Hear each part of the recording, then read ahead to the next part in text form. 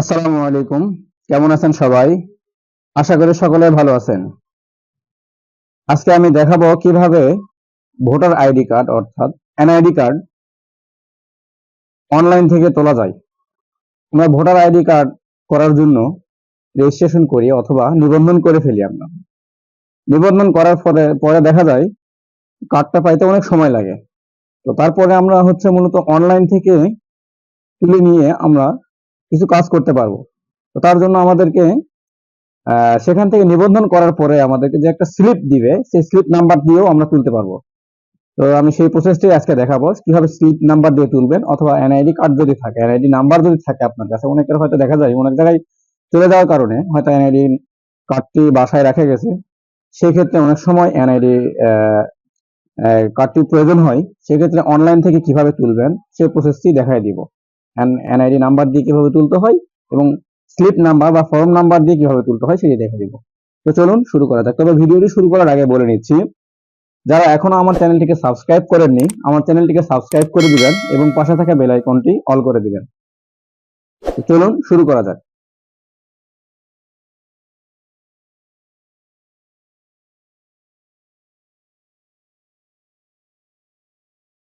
আমি প্রথমে চলে আসব মোবাইলের গুগল ক্রোমে চলে আসব। আমি গুগল ক্রোমটাকে ওপেন করে নিচ্ছি। নেওয়ার পরে এখানে লিখব এনআইডি সার্ভিস। এনআইডি সার্ভিসটা চলে আসছে। আমি প্রথম যে লিঙ্কটি আছে এই লিঙ্কে ক্লিক করব। ক্লিক করার পরে এরকম একটা ইন্টারফেস দেখতে পাচ্ছি। আমরা দেখতে পাচ্ছি রেজিস্ট্রেশন করুন। আমরা রেজিস্ট্রেশন করুন এখানে ক্লিক করব। ক্লিক করার পরে দেখতে পাচ্ছি জাতীয় পরিচয়পত্র নাম্বার অথবা ফর্ম নাম্বার। তো আমি এখানে দেখাই দিচ্ছি আমার যেহেতু জাতীয় পরিচয়পত্র নাম্বারটি আছে এটাতে দেখা দিচ্ছে, আর যাদের ফর্ম নাম্বারটি আছে তারা এখানে লিখবেন NIDFN, তারপরে এখানে ফর্ম নাম্বারটি বসায় দিবেন যার যার নাম্বারটি। তো আমি আমার এনআইডি নাম্বার দিয়ে তুলে দেখাচ্ছি। আমার যেহেতু এনআইডি নাম্বারটি আছে আমি আমার এনআইডি নাম্বারটি দিয়ে তুলে দেখাচ্ছি। তো আপনারা যদি ফর্ম নাম্বারটি থাকে সেক্ষেত্রে আপনারা ফর্ম নাম্বারটি দিয়ে এটা তুলবেন। তো আমি আমার এনআইডি নাম্বারটি বসায় দিচ্ছি।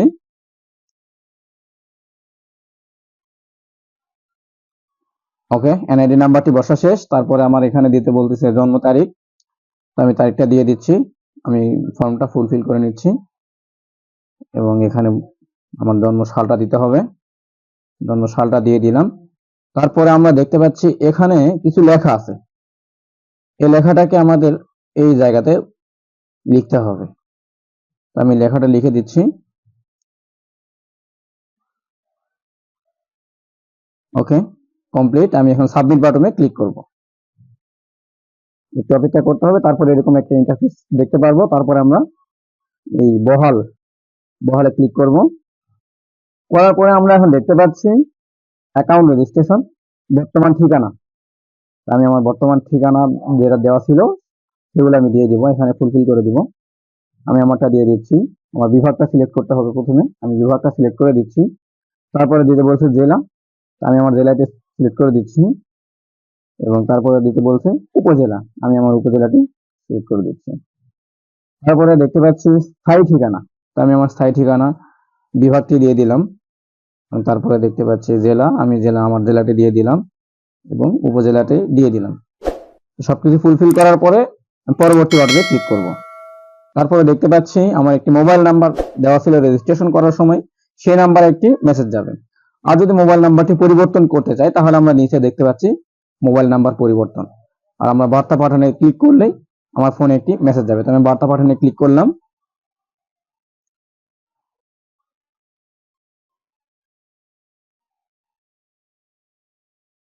এখন দেখতে পাচ্ছি আমার ফোনে একটি কোড যাবে। তো চলে আসছে আমার ফোনে কোড। তো আমি এখন কোডটি এখানে বসাই দিব।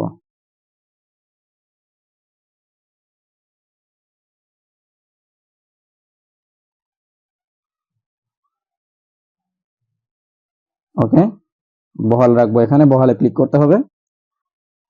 এখন এখানে ট্যাপ করে ধরবো। ট্যাপ করে ধরার পরে আমাদের যে এনআইডি ওয়ালেট যে অ্যাপসটি আগে থেকে ইনস্টল করা ছিল, তো আপনারা অ্যাপসটি আগে থেকে ইনস্টল করে রাখবেন। অথবা প্লে স্টোরে গেলে অ্যাপসটি ইনস্টল করতে পারবেন।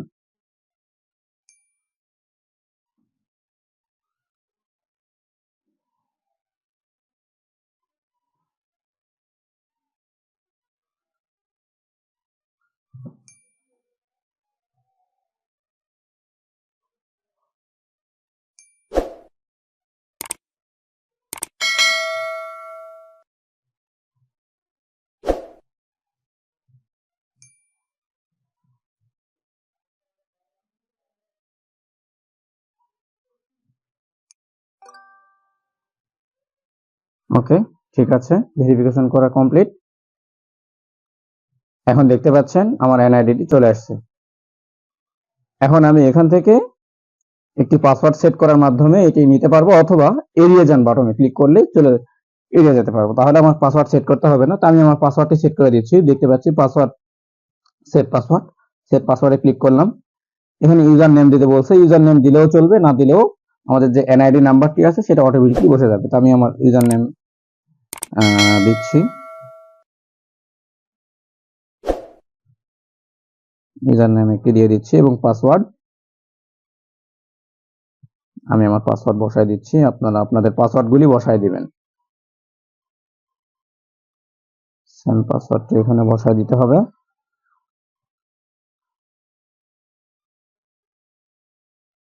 তারপরে দেখতে পাচ্ছি আপডেট বাটনে ক্লিক করব। করার পরে এরকম দেখতে পারবো। তারপরে আমরা দেখতে পাচ্ছি ডাউনলোড অপশন আছে, তো মূলত আমরা প্রোফাইলটি দেখতেও পারবো। আমি ডাউনলোডে ক্লিক করতেছি।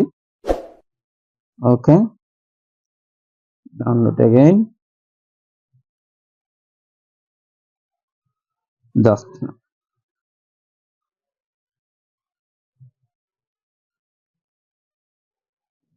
দেখেন আমার এনআইডি কার্ডটি ডাউনলোড হয়ে গেছে। দেখেন প্রদানের তারিখ 28/6/2024। তো এভাবে আপনারা আপনাদের এনআইডি কার্ডগুলি অনলাইন থেকে ডাউনলোড করতে পারবেন। তো ভিডিওটি যদি ভালো লাগে আমার চ্যানেলটিকে সাবস্ক্রাইব করে দিবেন এবং লাইক করে এবং কমেন্ট করে আমাকে জানিয়ে দিবেন। ধন্যবাদ, সকলকে ভালো থাকবেন।